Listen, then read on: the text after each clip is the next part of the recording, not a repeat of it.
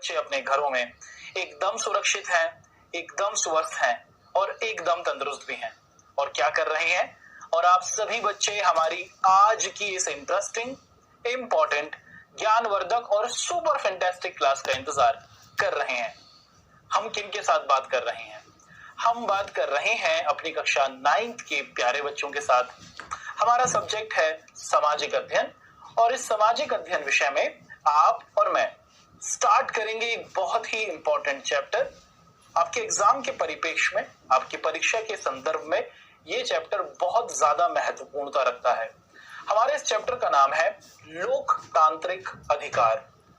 जानेंगे कि अधिकार का मतलब क्या होता है, जानेंगे कि लोकतंत्र के अंदर अधिकार किन्हें दिए जाते हैं, क्या भारत के अंदर भारत के नागरिकों के पास कुछ अधिकार है, अगर है तो वो अधिकार कौन से हैं, उन अधिकारों का प्रयोग कैसे किया जाता है, अगर कोई आपसे आपके अधिकार छीन ले तो फिर आप कहां जाकर अपने अधिकारों की रक्षा की मांग कर सकते हैं। हम लोग अपनी आज की क्लास में इन्हीं बातों को समझने वाले हैं। इस चैप्टर के संदर्भ में आज आपका और हमारा लेक्चर नंबर 1 होगा और इस लेक्चर नंबर 1 में हम लोग मुख्य तौर पर देखेंगे कि अधिकार का क्या अर्थ होता है। अंग्रेजी में अधिकार को क्या कहा जाता है? राइट्स कहा जाता है। ठीक है जी, तो हम लोग जानेंगे कि अंग्रेजी का राइट है ना और हिंदी का अधिकार आखिर किस भावार्थ का नाम है। सबसे पहले ये डिस्कस करेंगे कि आज की क्लास में आप और हम क्या पढ़ेंगे और उसी के बाद फिर हम लोग अपनी आज की क्लास को शुरू कर देंगे। इस चैप्टर के संदर्भ में आज हमारी ये पहली क्लास है, तो आप सभी बच्चों से रिक्वेस्ट है, विनती है, अनुरोध है कि आप सभी बच्चे पूरे फोकस के साथ, पूरे ध्यान के साथ क्लास को शुरू से लेकर आखिर तक देखें। अपने समक्ष कोई भी कंफ्यूजन ना होने दें। कॉपी किताब साथ लेके बैठें। जो भी इंपॉर्टेंट बातें आपको बताई जाएं, आप सभी बच्चे उनको नोट डाउन करते रहें। अब पूरे फोकस के साथ हम लोग अपनी क्लास को शुरू करेंगे। सबसे पहले ये डिस्कस करेंगे कि आज की क्लास में आप और हम क्या पढ़ेंगे। अगर बात की जाए हमारी आज की क्लास में हम लोग अध्ययन करने वाले हैं, यानी कि पढ़ने वाले हैं क्या? लोकतांत्रिक अधिकार के बारे में। लोकतांत्रिक अधिकार से क्या तात्पर्य है?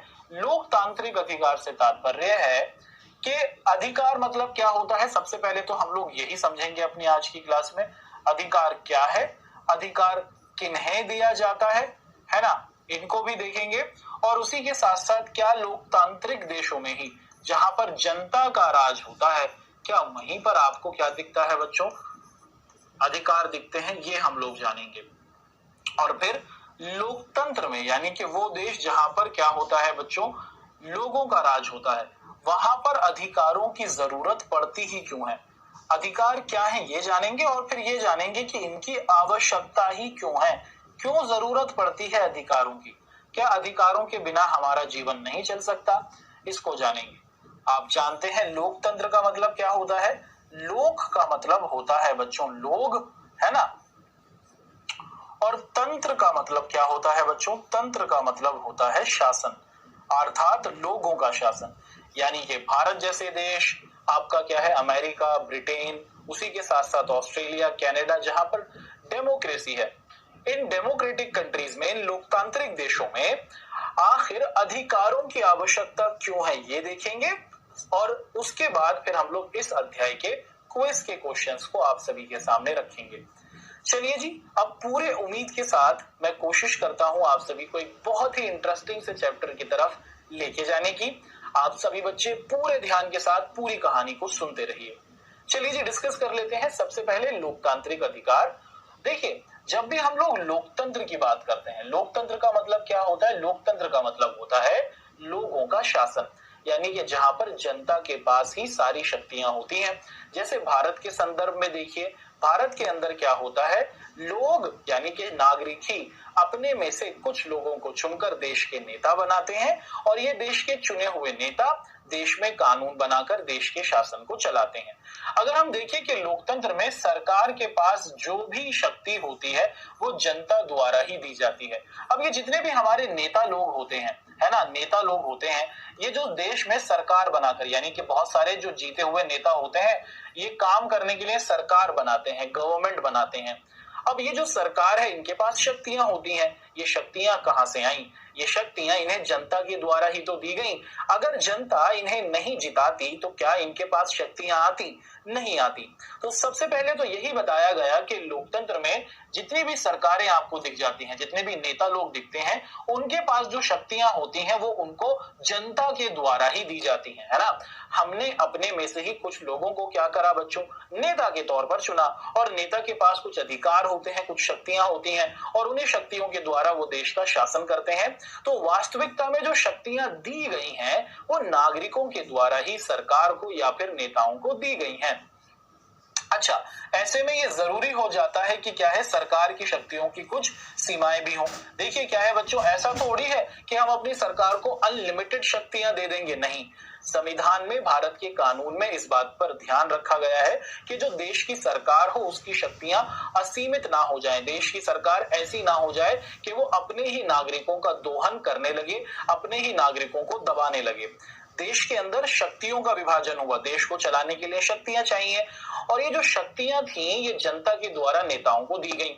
लेकिन ये जो शक्तियां दी गई हैं नेताओं को या फिर सरकार को, ये शक्तियां असीमित नहीं हैं, इन पर अंकुश भी लगाया गया है। क्या किया गया है बच्चों, इनकी सीमाएं भी हैं। अगर नेताओं को, सरकारों को अनलिमिटेड शक्तियां दे दी जाए तो फिर तो क्या होगा बच्चों, ये अपने हिसाब से ही शासन करेंगे, देश में विकास उतनी अच्छी मात्रा में नहीं हो पाएगा।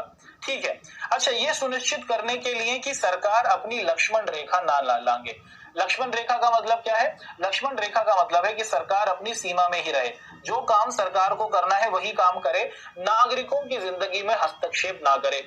अब आप सभी बच्चों ने एक देश का नाम सुना होगा, है ना, देश का नाम सुना होगा। नाम क्या है बच्चों उसका? उसका नाम है उत्तर कोरिया, है ना। उत्तर कोरिया सुना है आपने? जी हाँ, आप सभी बच्चों ने उसका नाम सुना है, और वहां का एक शासक है, नाम है इसका किम जोंग उन।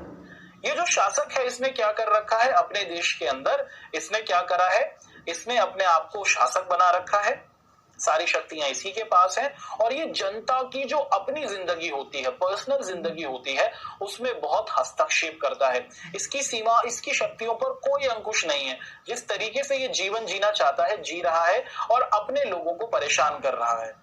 यानी कि क्या किया गया उत्तर कोरिया में, अगर आप देखें तो आपने क्या देखा बच्चों, आपने ये देखा कि इस देश के अंदर लोगों के लिए हेयर कट तक निर्धारित कर दिए गए हैं।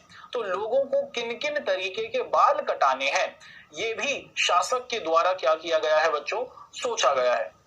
तो ये बात बताई जा रही है यहाँ पर कि लोकतांत्रिक देशों के अंदर क्या होता है, जनता को, नागरिकों को कुछ अधिकार दिए जाते हैं, और ये अधिकार इसलिए दिए जाते हैं कि जो सरकारें हैं वो निरंकुश ना हो जाएं, उन पर अंकुश लगा रहे, वो उत्तर कोरिया जैसी ना हो जाएं कि वो अपने नागरिकों के हर फैसले को करने लगें। ठीक है जी।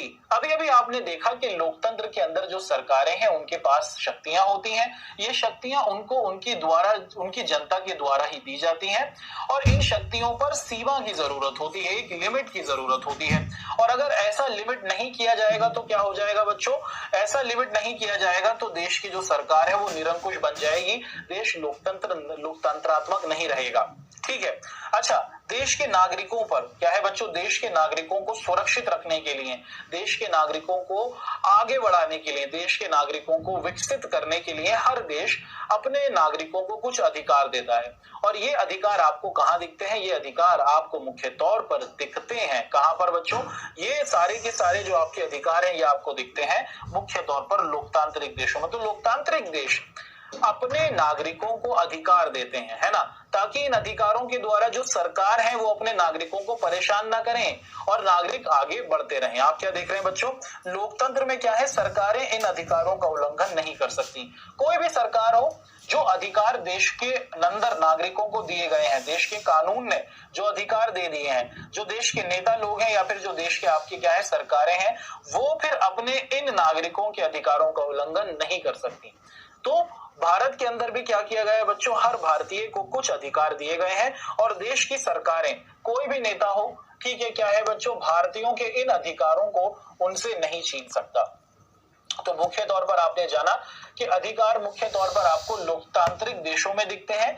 ये इस वजह से दिखते हैं ताकि जो शक्तिशाली सरकारें हैं वो सुचारू रूप से चल सके, जो नागरिक हैं वो कैसे अपने आप को सुरक्षित रख सकते हैं, जो सरकार की शक्तियां हैं उन पर अंकुश लगा सकते हैं कि हर नागरिक को कुछ अधिकार दिए गए हैं, सरकारों को उन अधिकारों की रक्षा करनी है, जनता के अधिकारों का दोहन नहीं करना, उनके अधिकारों का उल्लंघन नहीं करना। क्या करना है? नागरिकों के अधिकारों की रक्षा करनी है।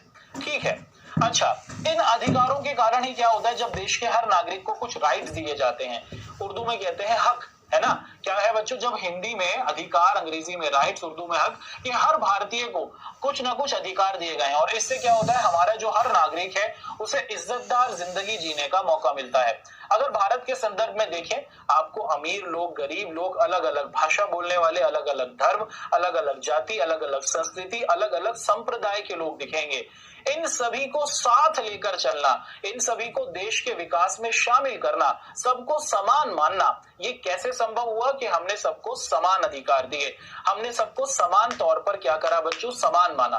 तो देश के अंदर ताकि भारत का गरीब से गरीब व्यक्ति, ताकि भारत का अमीर से अमीर व्यक्ति, भारत का हिंदी भाषी, भारत का उर्दू भाषी, भारत का मराठी भाषी बोलने वाला व्यक्ति, हमारा तमिल, तेलुगु, कन्नड़ भाषा बोलने वाला व्यक्ति क्या कर सके बच्चों? एक सम्मान पूर्वक जिंदगी जी सके, एक ऐसा जीवन जी सके जहां पर उसको क्या हो? अपने जीवन पर गौरव हो, अपने जीवन पर गर्व हो। इसके लिए ही देश की जो सरकारें होती हैं वो अपने नागरिकों को अधिकार देती हैं। आप दुनिया के किसी भी लोकतांत्रिक देश को देखेंगे, आप अमेरिका को देखेंगे, वहां के नागरिकों के पास अधिकार है, उनके देश ने दिए हैं। आप ऑस्ट्रेलिया को देखेंगे, वहां के देश ने अपने नागरिकों को अधिकार दिए हैं। आप कनाडा को देखेंगे, वहां के देश ने अपने नागरिकों को अधिकार दिए हैं। तो दुनिया का हर लोकतांत्रिक देश अपने नागरिकों को अधिकार देता है। जितने भी गैर लोकतांत्रिक देश हैं वहां पर आपको अधिकार नहीं मिलते हैं, वहां के नागरिकों को आपको अधिकारों की उपस्थिति नहीं मिलती है। तो ये हमारे लिए बहुत ही गौरव की बात है कि हम भारत जैसे देश में हैं जहां पर हमें अधिकारों की उपस्थिति है और इन्हीं अधिकारों के कारण हम अपने आप को आगे बढ़ा सकते हैं। ठीक है। अच्छा, ये जो आपको अधिकार दिए गए हैं इसके द्वारा हर व्यक्ति का जो जीवन होता है वो सुखमय बनता है, वो अच्छा बनता है और इसी कारण क्या होता है बच्चों? हर व्यक्ति क्या कर सकता है? सुखी रह सकता है और बाकी के नागरिक को भी क्या कर सकता है? कोई तकलीफ नहीं दे सकता। अच्छा, आपको जो अधिकार दिए गए हैं ऐसे ही अधिकार दूसरे नागरिकों को दिए गए हैं, तो आप अपने नागरिकों को, अपने अधिकारों को ऊपर रखें और दूसरों के अधिकारों को नीचे रखें, ऐसा बिल्कुल भी नहीं होगा। सबको देश के अंदर समान अधिकार दिए गए हैं। कानून की नजर में, अधिकार की नजर में सब समान है। आप अपने अधिकारों को प्राप्त करने के लिए दूसरों के अधिकारों का हनन नहीं कर सकते, आप दूसरों को तकलीफों में नहीं रख सकते। तो अधिकार मुख्य तौर पर लोकतांत्रिक देशों में है और इन अधिकारों के द्वारा जो इन देशों में रहने वाली जनता है, नागरिक है, उनके जीवन स्तर को अच्छा करने की कोशिश की गई है और ये भी कोशिश की गई है कि जो जनता हो क्या ना करे, एक नागरिक अपने अधिकारों की प्राप्ति के लिए दूसरे नागरिक को तकलीफ में ना डाले। इस लेसन में या फिर इस अध्याय में आप और हम भारत के संविधान यानी कि जो हमारे देश का कानून है, हमारे देश की जो कानून की पुस्तिका है, उसमें क्या क्या अधिकार दिए गए हैं, भारत के हर नागरिक को अधिकार दिए गए हैं। आपको, मुझको, आपके पिताजी, आपकी माताजी, हम सभी को क्या दिए गए हैं बच्चों? भारत के कानून ने अधिकार दिए हैं। जैसे ही आप भारत के अंदर पैदा हुए, जैसे ही आप भारत के नागरिक बन गए, आपको भारत के संविधान ने कुछ मौलिक अधिकार दिए हैं। उनको हम लोग अपनी क्लास में आज पढ़ेंगे, आने वाली क्लासेस में पढ़ेंगे और उसी के साथ साथ जानेंगे इन मौलिक अधिकारों की क्या है बच्चों जरूरत, की ये मौलिक अधिकारों की आवश्यकता हमें पढ़ी क्यों। और साथ में हम ये भी देखेंगे, क्या भी पढ़ेंगे बच्चों? हम ये भी देखेंगे कि इन मौलिक अधिकारों के साथ कौन कौन सी शर्तें जुड़ी हुई हैं। कि मौलिक अधिकार तो सबको दे दिए गए हैं, लेकिन कुछ शर्तें भी हैं कि किन किन जगहों पर इन मौलिक अधिकारों पर क्या है बच्चों रोक लग सकती है। और इनको हम लोग अपनी आने वाली क्लास में इसी अध्याय के संदर्भ में जानेंगे। तो भारत के अंदर क्या है बच्चों, हर भारतीय को 6 मौलिक अधिकार उपस्थित है। कौन कौन से हैं, कितने हैं, किन किन को दिए गए हैं, क्या उनके नाम है, सभी का डिस्कशन करेंगे। लेकिन अभी तो हम लोग सबसे पहले अधिकार की ही परिभाषा को सीख लें। आपके पेपर के अंदर सवाल पूछा जाता है कि अधिकार से क्या तात्पर्य है। क्यों ना सबसे पहले अधिकार के ही अर्थ को जानें और उसके बाद फिर हम लोग अपनी क्लास को आगे बढ़ाएं। अगर हम लोग ध्यान से समझें तो अधिकार, ये जो शब्द है क्या है बच्चों? अधिकार। इस शब्द का अर्थ क्या होता है कि लोगों द्वारा, है ना, सरकार से किए गए दावे जिन्हें समाज और कानून की सहमति प्राप्त हो। देखिए क्या है बच्चों, अधिकार एक ऐसी स्थिति है, एक ऐसा सोच है जिसमें क्या होता है, जो देश की जनता है वो अपनी देश की सरकार से क्या करती है, किए गए दावे हैं। देश की जो सरकार है वो देश के लोगों से कुछ वादे करती है, या फिर देश के लोग भी अपनी देश की सरकारों से कुछ वादे करते हैं, और ये वादे देश के अंदर क्या होते हैं, कानून की सहमति और समाज के लोग क्या करते हैं, उनको मान्यता देते हैं। जैसे भारत के अंदर हम सभी के पास अधिकार है कि हमें स्वतंत्रता दी जाए, है ना। आपको और मुझको क्या है, स्वतंत्रता का अधिकार दिया गया है। क्या दिया गया है, राइट टू फ्रीडम। आप जहां जाना चाहें वहां जाएं, जहां बसना चाहें वहां बसें, जिस तरीके का खाना खाना चाहें खाएं, जिस तरीके के कपड़े पहनना चाहें पहने, है ना। आपको कोई रोकेगा नहीं, आपको कोई टोकेगा नहीं। तो क्या है बच्चों, क्या समाज ने इस बात को स्वीकार किया? हाँ, समाज ने इस बात को कहा कि स्वतंत्रता सबको मिलनी चाहिए, चाहे अमीर हो, चाहे गरीब हो, चाहे निम्न जाति का हो, चाहे उच्च जाति का हो, चाहे हिंदू हो, चाहे मुस्लिम हो, चाहे जैन हो, चाहे तेलुगु भाषी हो या फिर कन्नड़ा भाषी, सबको स्वतंत्रता मिलनी चाहिए। तो सीधे सरल शब्दों में आपने जाना कि अधिकार क्या है। अधिकार जो देश के नागरिक हैं, है ना, और जो सरकार है, उनके बीच किए गए दावे हैं। दावे का मतलब क्या है, एक प्रकार का वादा है। और इस वादे को क्या किया जाता है बच्चों, इस वादे को समाज ने स्वीकृति दी गई है। जैसे समाज में कहा गया कि सबको स्वतंत्रता दी जाए, इसीलिए क्या किया गया, भारत के अंदर सबको स्वतंत्रता का अधिकार दिया गया। जैसे भारत के अंदर अगर आप देखें, हमारे समाज में ये मान्यता है कि सबको समान माना जाए।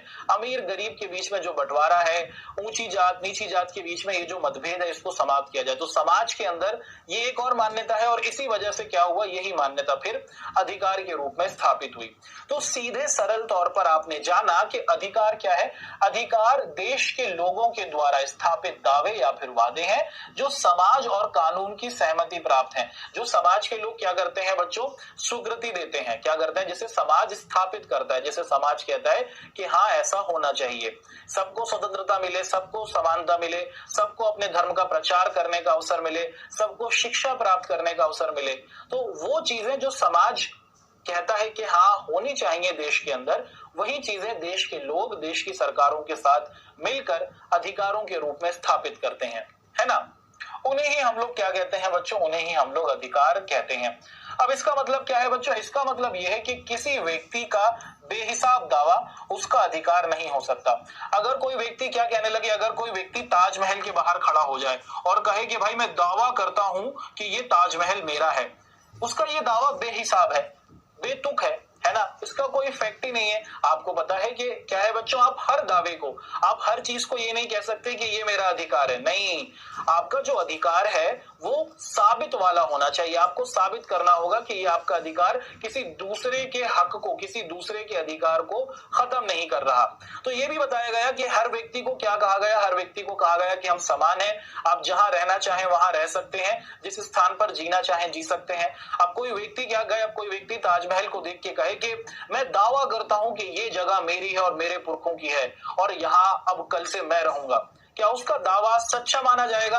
क्या हम कह सकते हैं कि यहाँ पर उसको अधिकार दिया गया है? नहीं। क्या समाज इस बात को मानेगा? नहीं, समाज इस बात को नहीं मानेगा, क्योंकि हमको पता है कि यहाँ पर भारत के मुगल राजा रहते थे, ये उस व्यक्ति की जमीन नहीं है ना। तो आपने क्या देखा, ये समझ में आया कि आप किसी भी व्यक्ति के किसी भी दावे को अधिकार नहीं बना सकते। अधिकार तो वो है जिसे समाज ने स्वीकृति दी हो, यानी कि सबको आजादी मिले, सबको समानता मिले, सबको धर्म का अवसर मिले, अपने धर्म का प्रचार करने का, सबको शिक्षा का अवसर मिले, उसी को क्या कहा गया, उसी को अधिकार की संज्ञा दी गई है। ठीक है, अधिकारों का अर्थ है एक समाज से दूसरे समाज में। ठीक है बच्चों, अधिकारों का मतलब अगर हम समझना चाहें, एक और परिभाषा आपके सामने रखी गई है कि अधिकारों का अर्थ है एक समाज से। जैसे हमारा क्या हुआ बच्चों, हिंदू समाज हुआ, हमारा मुस्लिम समाज हुआ, हमारा तेलुगु भाषी समाज हुआ, हमारा कन्नड़ा भाषी समाज हुआ। तो अधिकारों का अर्थ है कि एक समाज से दूसरे समाज में और एक काल से दूसरे काल में अलग हो जाता है। ठीक है बच्चों, अगर आप देखें कि एक आपका जो क्या है बच्चों समाज, वहां पर आपको अलग अधिकार दिख जाएंगे, अगर आप दूसरे समाज में देखेंगे तो वहां पर आपको अलग अधिकार दिख जाएंगे। आज से आप लगभग 100 साल पहले के 6 देशों को देखेंगे तो वहां के लोगों के पास अलग अधिकार थे। वर्तमान समय के अंदर के देशों में देखेंगे तो वहां पर आपको अलग अधिकार दिख जाएंगे। तो अधिकार सीधे सरल तौर पर मौजूद वो दावे हैं जो लोगों के द्वारा स्थापित किए जाते हैं सरकारों के मध्य। और ये दावे कैसे होते हैं, ये कानून इनकी स्वीकृति देता है, ये बेहिसाब बेबुनियाद नहीं होते, समाज इनकी स्वीकृति देता है। अगर कोई व्यक्ति बेहिसाब दावों को कहे कि ये मेरा अधिकार है तो उसको अधिकार नहीं माना जाता। और उसी के साथ आप क्या देखते हैं, अधिकार एक समाज से दूसरे समाज में परिवर्तित हो जाते हैं। परिवर्तित का मतलब अलग अलग होते हैं, और समय के साथ साथ आप क्या देखते हैं, अधिकारों में परिवर्तन दिख जाता है। 100 साल पहले जो नागरिकों को अधिकार दिए जाते थे, वर्तमान परिप्रेक्ष्य में अगर आप देखेंगे, काल पूरा बदल गया, समय पूरा बदल गया। तो उस समय अवधि में आप देखते हैं कि अधिकारों का पूर्णतः ही नया स्वरूप दिखता है। तो समय के हिसाब से, स्थान के हिसाब से क्या हो जाते हैं, अधिकारों में आपको परिवर्तन स्थापित होता हुआ दिख जाता है। अब आगे की बातचीत करेंगे कि हमें लोकतांत्रिक देशों में अधिकारों की जरूरत क्यों है। अभी तक तो आपने और मैंने अधिकार की परिभाषा को बहुत ही सीधे सरल तौर पर जाना। अधिकार वो दावे हैं, दावों का मतलब कि आपको यकीन है, जिसको समाज स्वीकृति दे, है ना, और वो कानून की नजर में सामान्य हो, कानून की नजर में मान्य हो, गलत दावे नहीं हो, उनको आप अधिकार कहेंगे। और आपके अधिकार दूसरों के अधिकारों का हनन ना करें। आप ये नहीं कहें, आप किसी के घर के बाहर खड़े होकर कि आज से ये मेरा घर हो गया, मैं दावा करता हूं, नहीं, वो दूसरे का अधिकार है। वहां पर क्या है बच्चों, वो व्यक्ति रहता आ रहा है, वो उसका अधिकार है। तो आप अपने अधिकारों की वजह से दूसरों के अधिकारों का हनन नहीं कर सकते। तो अधिकार वो चीज है जो सबके लिए है, जिसे समाज ने स्वीकृति दी हो, जो कानून की नजर में मान्य हो। अब हम लोग ये देख रहे हैं कि आपके लोकतांत्रिक देशों में, दुनिया के वो देश जहां पर लोकतंत्र स्थापित होता है, वहां पर आखिर अधिकारों की जरूरत पड़ती ही क्यों है। भारत के अंदर हम नेताओं को चुनते हैं, नेता लोग देश में कानून बनाते हैं और देश चलता है। नागरिकों को अधिकार देने की आवश्यकता क्यों पड़ी, आपको और मुझको अधिकार क्यों दिए गए। देश तो ऐसे भी चल सकता था, नेता लोग कानून बनाते रहते, हम लोग कानूनों को मानते रहते, देश चलता रहता, देश विकसित करता रहता। ऐसा नहीं है बच्चों, इसके पीछे एक बहुत बड़ी कहानी है। वो कहानी हम लोग देखेंगे कि भारत के अंदर या फिर जितने भी लोकतांत्रिक देश हैं जहां पर नेता लोग कानून बना रहे हैं, नेता लोग कानून बनाते हैं, इनके होते हुए भी नागरिकों को अधिकार क्यों दिए गए, इसको हम लोग समझते हैं। देखिए, लोकतंत्र के लिए, लोगों के राज के लिए या फिर लोकतंत्र के अस्तित्व के लिए अधिकार जरूरी होते हैं। किसी भी देश को अगर लोकतांत्रिक बने रहना है तो उस देश में जनता के पास, नागरिकों के पास अधिकार जरूरी होने चाहिए। कारण क्या है कि हर नागरिक को क्या है बच्चों, लोकतांत्रिक प्रक्रिया में भाग लेने का अधिकार प्राप्त होता है। आप और मैं चुनाव में भाग ले सकते हैं। आप और मैं अगर 18 साल के हैं तो चुनाव में भाग ले सकते हैं, वोट कर सकते हैं। ये क्या है भाई, ये अधिकार ही तो है। ये क्या है बच्चों, ये अधिकार ही तो है। अगर ये अधिकार होता ही नहीं तो लोकतंत्र ही नहीं होता। समझ में आ रहा है आपको? जी हाँ, किसी भी लोकतांत्रिक प्रक्रिया में अगर आप देखें, हर नागरिक को क्या होता है बच्चों, लोकतांत्रिक प्रक्रिया में भाग लेने का अधिकार होता है, वोट देने का अधिकार होता है। अगर अधिकार ही नहीं दिया जाएगा तो लोकतंत्र ही नहीं होगा। आगे की कहानी देखिए, हर नागरिक को लोकतांत्रिक सरकार का हिस्सा बनने का अधिकार भी होता है। आप खुद देखिए, भारत के संदर्भ में देखिए, आप और मैं क्या कर सकते हैं। अगर आप बड़े हैं 25 साल से तो आप लोकसभा के चुनाव में खड़े हो सकते हैं। अगर आप 35 साल से बड़े हैं तो आप राष्ट्रपति के चुनाव में खड़े हो सकते हैं। अगर आप 18 साल से बड़े हैं तो आप अपने देश में सरकार को चुन सकते हैं। ये सभी क्या है, ये सभी जो आपको मौके दिए जा रहे हैं, ये जो दावे किए जा रहे हैं, ये सभी आपके अधिकार हैं। अगर ये अधिकार नहीं होते तो ये लोकतंत्र भी नहीं होता। तो लोकतंत्र और अधिकार एक दूसरे से कहीं ना कहीं जुड़े हुए हैं। अगर अधिकार उपस्थित नहीं होंगे तो वो देश लोकतंत्रवादी देश नहीं कहलाएगा, वो अलोकतांत्रिक देश बन जाएगा। ठीक है, आगे की कहानी देखते हैं कि अधिकार क्या करता है बच्चों। अधिकार बहुसंख्यकों से अल्पसंख्यकों की रक्षा भी करता है। अब दुनिया के बहुत से देश देखेंगे, दुनिया के आप बहुत से देश देखेंगे। सबसे पहले इन दो शब्दों के अर्थ को आप और हम समझते हैं। एक कहा जा रहा है बहुसंख्यक। बहुसंख्यक का मतलब होता है जिनकी संख्या होती है देश में ज्यादा। अल्पसंख्यक होते हैं वो लोग जिनकी संख्या होती है देश में कम। एक देश है हमारे बराबर में ही पड़ता है ना, हमारे बराबर मतलब हमारे देश के पास पड़ता है। श्रीलंका इसका नाम है, भारत के दक्षिण के छोर पर है, छोटा सा द्वीपीय देश है। अगर आप श्रीलंका को देखते हैं तो श्रीलंका के अंदर भी क्या था बच्चों, भारत के जैसे ही वहां पर समानताएं थी। भारत को कब आजादी मिली? भारत को आजादी मिली 1947 में और श्रीलंका को आजादी मिली 1948 में। अब जब श्रीलंका को 1948 में आजादी मिली तो क्या हुआ बच्चों, श्रीलंका के अंदर क्या था, वहां पर दो बड़े भाषा भाषी समूह थे। वहां पर दो समूह थे जो देश में रहते थे। एक तो था आपका सिंगली भाषी समूह, सिंगली मतलब जो सिंगली भाषा को बोलते थे, और एक था तमिल भाषा बोलने वाला समूह। अब ये जो तमिल लोग थे, क्या है बच्चों, ये जो तमिल लोग थे ये भारत से श्रीलंका गए थे, तमिलनाडु से, और ये जो सिंगली लोग थे ये मूल रूप से वहीं रहते आ रहे थे। अब जब श्रीलंका आजाद हुआ है ना, तो क्या हुआ, इन सिंगली लोगों की संख्या ज्यादा थी, ये 74% के करीब थे। इन सिंगली लोगों ने क्या करा, देश में अपने हिसाब से सरकार को बनाया। और सिंगली लोग क्या थे बच्चों, सिंगली लोग बहुसंख्यक थे। जिनकी संख्या देश में ज्यादा होती है उनको आप लोग बहुसंख्यक कहते हैं। और ये जो हमारे तमिल लोग थे ये अल्पसंख्यक थे, हमारे तमिल लोग अल्पसंख्यक थे।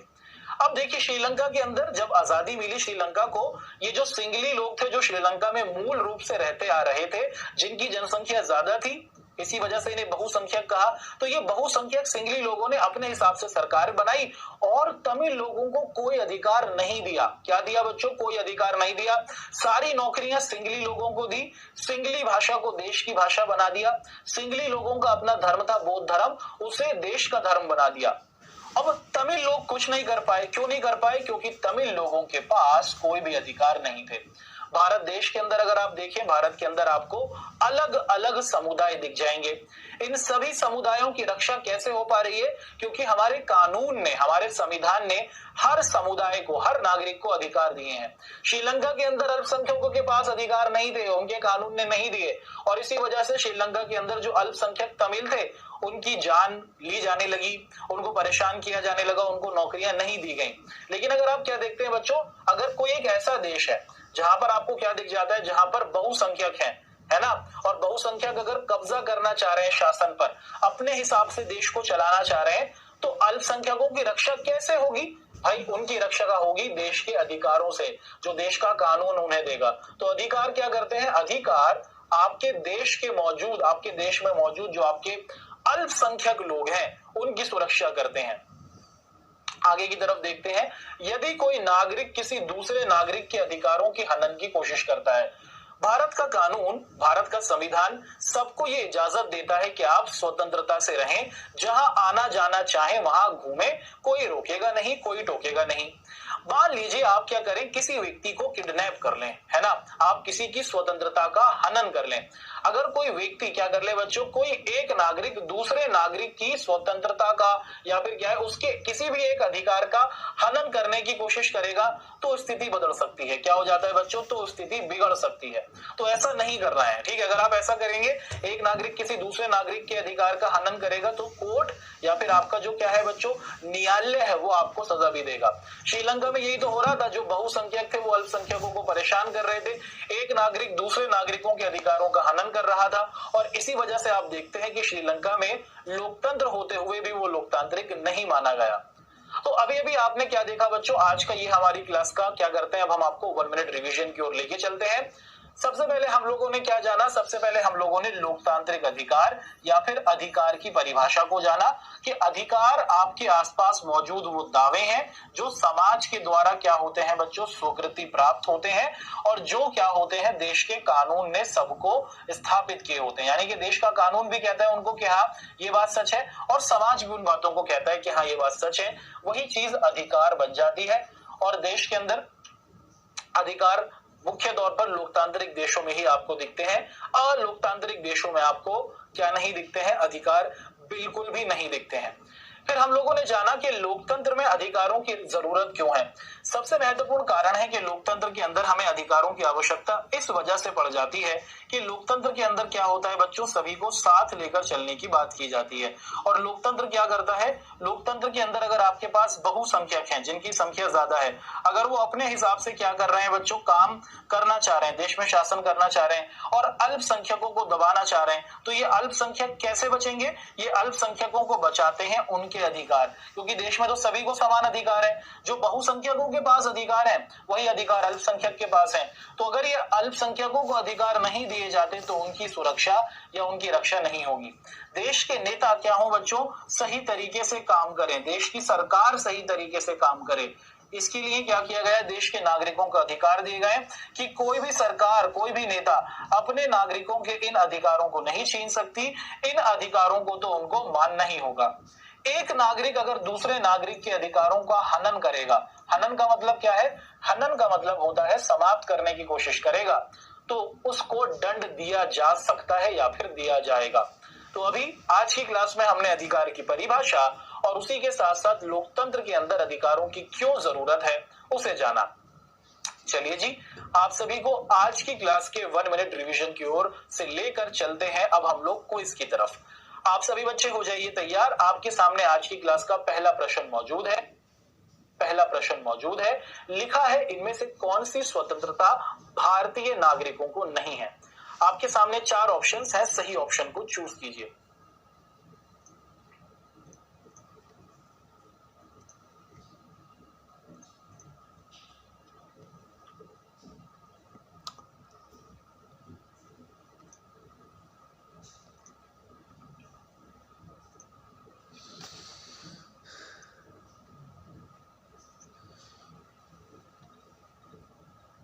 अगले प्रश्न की ओर बढ़ रहे हैं। नेक्स्ट सवाल है कि भारत संविधान में या फिर भारत के संविधान में इनमें से कौन सा, भारत का संविधान इनमें से कौन सा अधिकार देता है। आपको बताना होगा कि इनमें से कौन सा अधिकार भारत का संविधान देता है।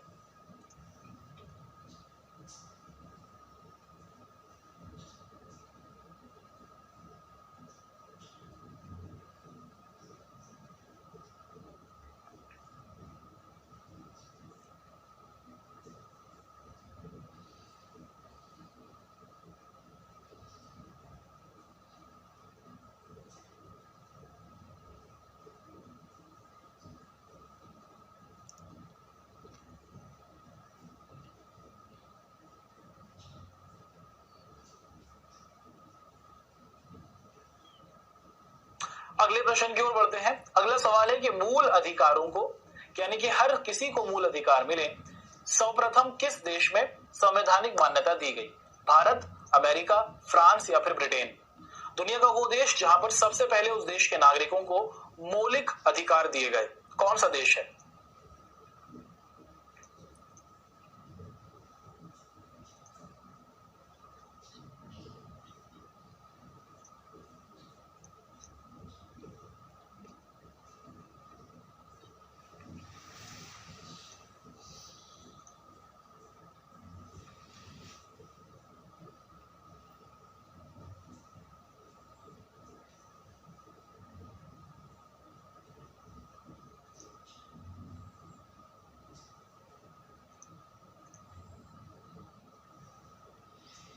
और समय होता है पूरा। चलिए जी, हम लोग क्या कर लेते हैं, आप सभी के साथ क्विज के आंसर्स का डिस्कशन कर लेते हैं। सबसे पहला सवाल रहा कि इनमें से कौन सी स्वतंत्रता भारत के नागरिकों को नहीं है। सरकार की आलोचना करने की स्वतंत्रता, जी हां, आप भारत की सरकार की आलोचना कर सकते हैं। अगर देश के नेता सही तरीके से काम नहीं कर रहे हैं, उस संविधान के हिसाब से काम नहीं कर रहे हैं, तो आप उनकी आलोचना, उनके खिलाफ खड़े हो सकते हैं। सरकार बदलने के लिए आंदोलन करने की स्वतंत्रता, जी हां, आप ये भी कर सकते हैं। भारत के हर नागरिक को देश के अंदर सरकार में बदलाव लाने के लिए आंदोलन करना, इकट्ठे होकर विरोध करने की इजाजत दी गई है।